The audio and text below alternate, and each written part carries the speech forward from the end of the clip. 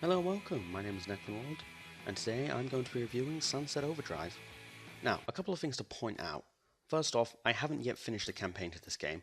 I'm not sure how far I progressed roughly in the story, but to avoid any spoilers, I'm mainly going to be covering gameplay throughout this review and avoid plot details where possible. Second, this game has been out for a while now. I had hoped to review it earlier, but unfortunately Americans get most games early, and I did want to get some Evolve footage during the alpha session. Now, the first point of interest for my review of this would definitely have to be the art style. Anyone who's played or seen any footage of Sunset Overdrive will notice that it really does have a distinctive style to it. The game seems to create a synthesis between a 20th century comic, a 19th century anime, and an 18th century rock festival for its fundamental feel and tone. Image-wise, the game resembles a drug-induced hallucinogenic episode due to the vibrant colours and cluttered yet still roughly undamaged city. The constant use of rock music in the background for our gameplay, I think, really gives credit to this view. This art style is also reflected in the customization options of the game that give a large enough variety for everyone to create a relatively unique character. This mainly extends, however, to the large amount of clothing options available, and not to the actual modification of the player character, which is left somewhat lacking if you would compare it to games like Saints Row or Mass Effect.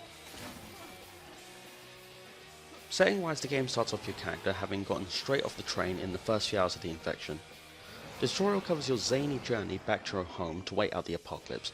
You do quickly get a good feel for gameplay through the quick traversing of the city rooftops, doing your best to avoid any of the OD, the principal enemy of the game. Once you finally reach your home, you're given a quick combat rundown with your first weapon.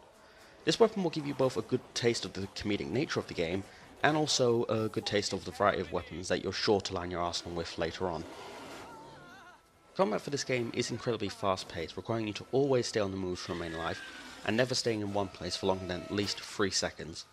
While some would be concerned that the combat could become slightly repetitive, due to the huge abundance of choice of weapons for your arsenal, as well as the introduction of various modifications, known as amps, you'll have plenty of unique combat experiences throughout your playthrough. The game's main modifications, known as amps, provide another layer of customization for the player, allowing you to truly make your weapons your own custom creations that will fit to your own unique playstyle. On to possibly the most significant aspect of Sunset Overdrive, I would have to say that Insomniac Games have really struck gold with their free running element.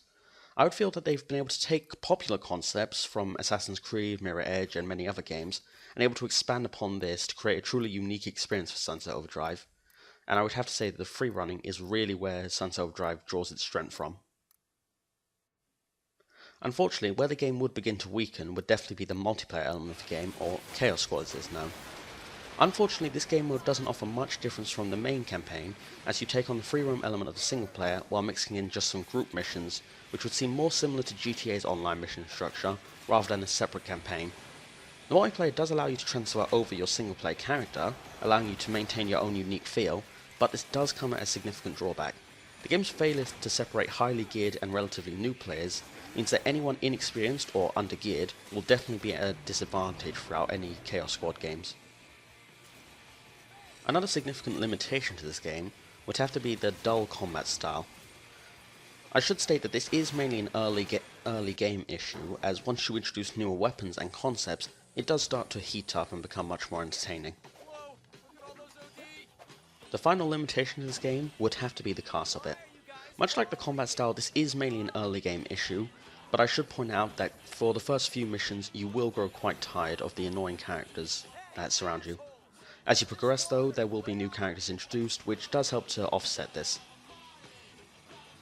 Overall, this game has numerous positive attributes: its comedically styled weapons, its over-the-top abilities, and its generally innovative travel system.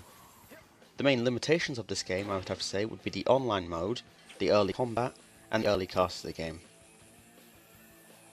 Overall, due to the game's talented synthesis between numerous popular games such as Assassin's Creed, Borderlands, and Dead Rising, I have to give this game a 7 out of 10 and look forward to playing further.